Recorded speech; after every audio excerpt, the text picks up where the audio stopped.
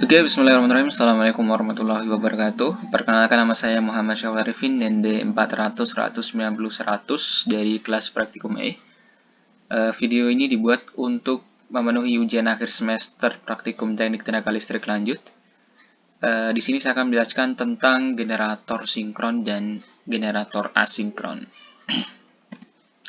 Oke, jadi untuk pembahasan pada video ini, yakni meliputi daripada prinsip kerja, kemudian komponen dari generator, yang ketiga ada analisa rangkaian star delta, kemudian ada rumus dan contoh soal, dan yang terakhir adalah penggunaan atau pengaplikasian dari generator itu sendiri. Oke, pertama adalah perlu kita ketahui apa itu sebenarnya generator. Jadi generator ini adalah sebuah alat untuk memproduksi energi listrik dari sumber energi mekanik yang menggunakan induksi elektromagnetik. Oke, memasuki pembahasan yang pertama, ini adalah prinsip kerja. Oke, dimulai dari prinsip kerja daripada generator sinkron. Nah, bisa dilihat di sini adalah bentuk dari generator sinkron itu sendiri. Nah, di sini bisa kita lihat ini adalah gambaran daripada prinsip kerja dari generator sinkron. Jadi pada generator sinkron ini, rotor itu memiliki kumparan. Jadi kumparan medan yang ada pada rotor itu dialiri sumber eksitasi. Nah, sumber eksitasi di sini dia adalah berupa arus listrik searah atau arus listrik DC. Nah, dengan adanya arus searah ini yang melewati kumparan pada rotor ini, dia akan menimbulkan flux magnetik. Nah, kemudian ketika generator ini sudah terkopel, rotor ini akan beroperasi sehingga rotor itu akan berputar dengan kecepatan nominalnya. Nah, tadi kan rotor ini sudah memiliki medan magnet. Jadi perputaran yang ada pada rotor itu, dia akan memutar medan magnet yang telah dihasilkan pada kumparan medan rotor tersebut. Nah, medan magnet yang diputar itu, yang dihasilkan oleh rotor, itu akan diinduksi pada kumparan jangkar. Sehingga kumparan jangkar yang ada pada stator, ini, kumparan jangkar yang ada pada stator, itu dia akan menghasilkan flux magnetik juga. Nah, flux tersebut itu bisa berubah-ubah. Nah, dari flux pada stator tersebutlah yang nantinya akan menimbulkan GGL, yakni gaya gerak listrik induksi pada ujung kumparan. Nah, seperti itu untuk prinsip kerja daripada generator sinkron. Kemudian untuk generator asinkron, nah bisa lihat seperti ini generator asinkron ya. Seperti yang saya katakan tadi, sebenarnya perbedaan pada generator sinkron dan asinkron adalah di sini adalah pada rotornya. Pada generator asinkron ini nggak ada kumparannya dan juga tidak mendapatkan eksitasi arus supply DC. Nah, seperti itu. Jadi generator induksi atau asinkron itu adalah generator yang menggunakan prinsip induksi elektromagnetik dalam pengoperasiannya.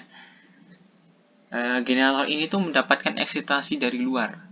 Nah, daya eksitasi ini sendiri bisa berasal dari jaringan mesin menjadi semacam beban. Contohnya adalah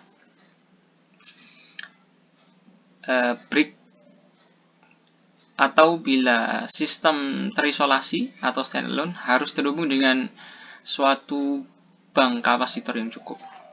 Nah, ini dia yang terpenting, yakni syarat utama tegangan itu dapat timbul pada generator induksi ini adalah jika NR itu lebih besar daripada NS. Apa itu NR? NR itu adalah kecepatan flux yang dihasilkan pada rotor.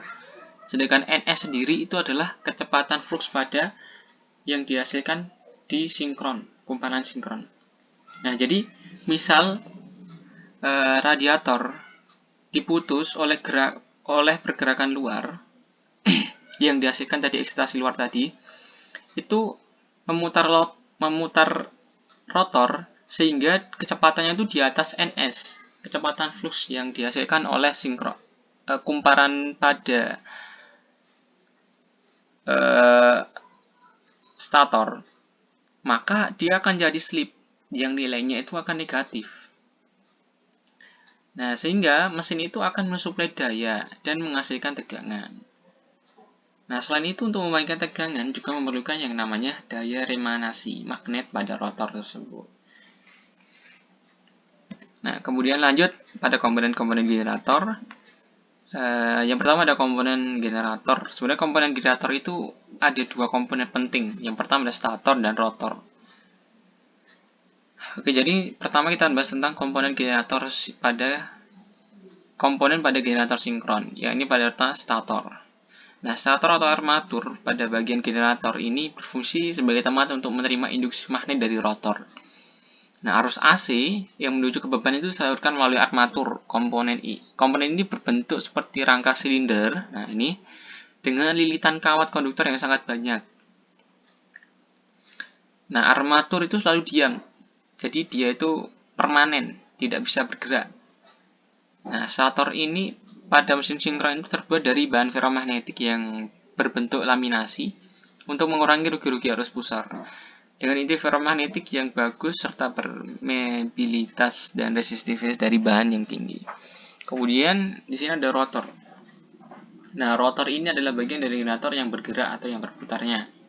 Jadi antara rotor dan stator itu dipisahkan celah udara atau air gap. Nah, rotor sendiri itu berfungsi untuk membangkitkan medan magnet yang kemudian tegangan itu dihasilkan dan akan diinduksikan pada stator. Rotor itu terdiri dari dua bagian ya. Yang pertama bagian inti dan kumparan medan. Nah, seperti yang saya katakan tadi bahwasanya untuk rotor pada generator sinkron itu memiliki kumparan medan, lilitan. Nah, pada bagian inti kutub terdapat poros dan inti rotor yang memiliki fungsi sebagai jalan atau jalur flux magnet yang dibagikan oleh kumparan medan. Pada kumparan medan ini juga terdapat dua bagian. Ada bagian penghantar sebagai jalur untuk arus pemacuan dan juga ada bagian isolasinya. Nah, kemudian untuk komponen daripada generator asinkron, ya ini sama sebenarnya. Jadi stator ya, komponen stator itu bagian terluar di generator yang diam dengan menghasilkan arus. Jadi hampir sama pengertiannya. Kemudian untuk rotor bisa lihat di sini ya. Untuk rotor pada generator asinkron dia tidak memiliki kumparan. Nah, jadi rotor generator sinkron 3 fasa itu dapat dibedakan menjadi dua jenis, yaitu rotor sangkar dan rotor bulitan. Kalau rotor sangkar itu terdiri dari dua batang konduktor yang dibentangkan ke dalam slot-slot yang terdapat di permukaan rotor. Nah, ini. Nah, slot-slot ini. Berarti tiap slotnya itu dihubung-singkat dengan menggunakan sorting rings. Sementara pada rotor belitan itu dibentuk dari satu set belitan 3 fasa yang merupakan bayangan dari belitan statornya. Nah, seperti ini. Oke, pembahasan ketiga ini rangkaian star delta. Jadi bisa dilihat di sini untuk rangkaian hubung star ya. Pada rangkaian ini saya ambil dari modul praktikum TTL pada modul sebelumnya. Di sini ada unit pengontrol, ada brake unit. Nah, kemudian ada universal, terus ada beban. Nah, ini untuk pengaturan daripada motornya. Jadi di sini unit pengontrol P1 dihubungkan. Nah, ini. Kemudian ada TK, PE. Nah, ini bisa dilihat ada plus minus. Ini dari catu daya universal ini merupakan sebagai eksitasi daya DC, sumber DC. Nah, ini berarti motornya sinkron ya, dihubungkan. Nah, tapi di sini adalah yang kita bahas adalah rangkaian hubung startnya yang berpusat pada sini, di bagian ini. U1, V1, W1, W2, U2, V2. Yang mana pada hubungan rangkaian hubungan start itu karakteristiknya itu dia di paralel. Jadi dia tidak di seri tapi di paralel. Nah, kemudian keluarnya itu dihubungkan pada beban yang bisa berupa motor juga atau seperti yang lain sebagainya. Nah, seperti ini. Next, kemudian untuk rangkaian hubungan delta, rangkaiannya hampir sama, rangkaiannya sama, cuma perbedaan di sini adalah untuk hubungannya itu adalah hubungan delta. Karakteristik dari rangkaian hubungan delta di sini dia dirangkainya secara seri. Nah, secara seri baru dihubungkan kepada beban. Nah, seperti itu.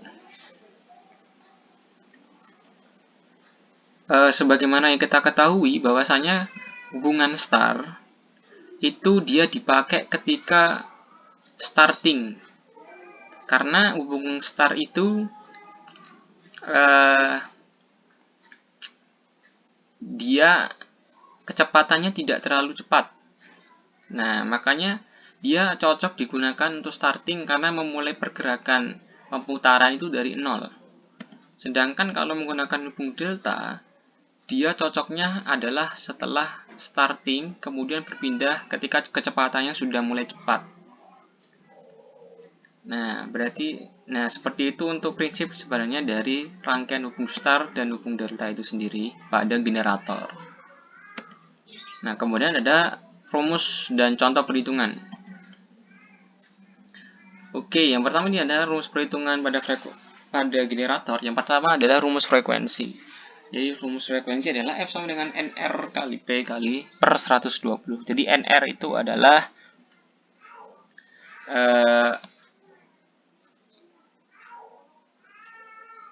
NR adalah jumlah titan, kemudian P ini adalah kutubnya, kemudian 120 ini adalah konstanta tetap. Nah, seperti itu.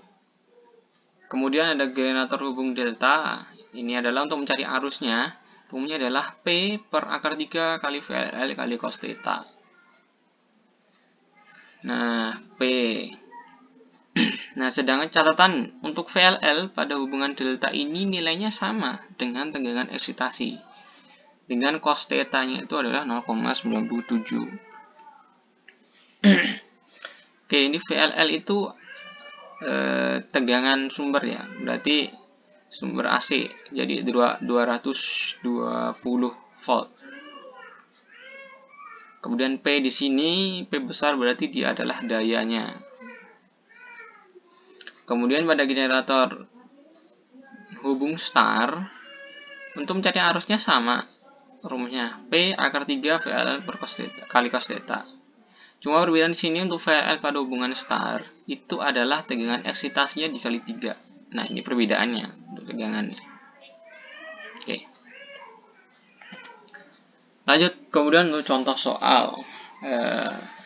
Contohnya di sini yang pertama adalah sebuah generator AC 3 fase dengan hubung star dengan frekuensi 60 dan daya semuanya 500 kVA dengan VLL 2300 volt. Untuk resistor komparan jangkar adalah RA sama dengan 0,6 ohm per fase dan reaktan sinkron itu reaktansi S sinkron sama dengan 6,5 ohm per fase. Jadi hitunglah pada beban penuh.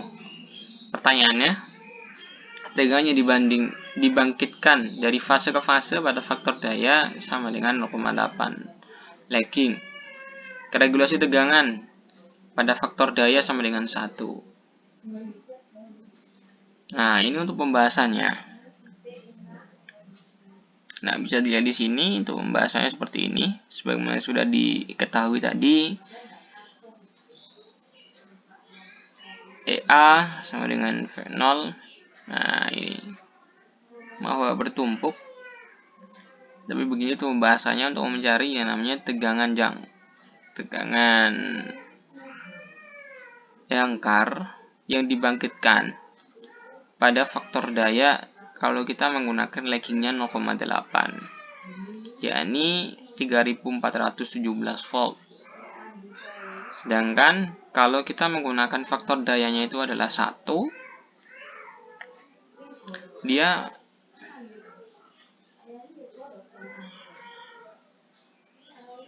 akan menghasilkan dari fase ke fase dia 2825 ohm per 30 derajat. Nah, kemudian untuk VR-nya itu sekitar 0,23 sampai 23%. Kemudian untuk contoh soal yang kedua, yang pertama itulah pertanyaannya, hitunglah kecepatan dan tegangan per fase serta tegangan antar fase dari suatu generator serempak 4 kutub 3 fase dengan frekuensi 50 Hz yang terhubung secara star dengan 36 alur slot. Tiap slotnya berisi 30 pengantar. Flux per kutub 0,05 dan Weber terdistribusi sinusoidal. Ini kita cari F-nya terlebih dahulu, rumusnya kan ini. Nah, tapi yang kita butuhkan adalah N. N itu kecepatan rotornya. Jadi 120 kali F per P sama dengan 1500 rpm. Kemudian kita cari beta itu sekitar 20 derajat dan M-nya itu ada 3. Nah, jadi kecepatannya itu adalah 1200 rpm. Kemudian tegangan per fase, nah E per fase itu ada 1920 volt. Sedangkan kalau tegangan EL itu 3320 volt. Yang terakhir adalah pengaplikasian daripada generator. Yang pertama, pengaplikasian pada generator asinkron pada pembangkit listrik tenaga angin. Jadi, generator induksi atau generator asinkron itu dapat diterapkan pada sistem pembangkit tenaga angin, di mana mesin atau kincir angin yang memutar generator itu tidak mengharuskan pada kecepatan sinkronnya agar dihasilkan tegangan. Dengan demikian, jika daya yang dibangkitkan tidak mensyaratkan frekuensi dan tegangan tetap, maka generator dapat dioperasikan standalone dan atau terisolasi, terlepas daripada saluran publik. Kemudian ada pengaplikasian yang kedua, yaitu generator asinkron pada pembangkit listrik tenaga uap. Maksud saya generator sinkron pada pembangkit listrik tenaga uap atau PLTU. Pada pembangkitan energi listrik terdapat proses pemberian penguatan berupa arus eksitasi kepada kumparan medan yang akan menimbulkan adanya flux magnet. Jadi generator sinkron contohnya pada PLTU unit 3 dan 4 PJB UP Gresik. Ia menggunakan sistem eksitasi dengan tipe eksitasi statis, yaitu pada sistem eksitasi ini dia menggunakan media karbon brush untuk mengantarkan arus eksitasi. Sistem eksitasi ini menghasilkan keluaran dari generator sinkron yang ada. Langkah yang dilakukan dalam menghindari kerusakan generator sinkron yang disebabkan oleh arus eksitasi yaitu dengan cara memahami karakteristik para pengaturan sistem eksitasi meliputi arus eksitasi, arus jangkar, tegangan generator, dan pembebanan. Nah, mungkin itu saja untuk pembahasan tentang generator sinkron dan generator asinkron. Terima kasih.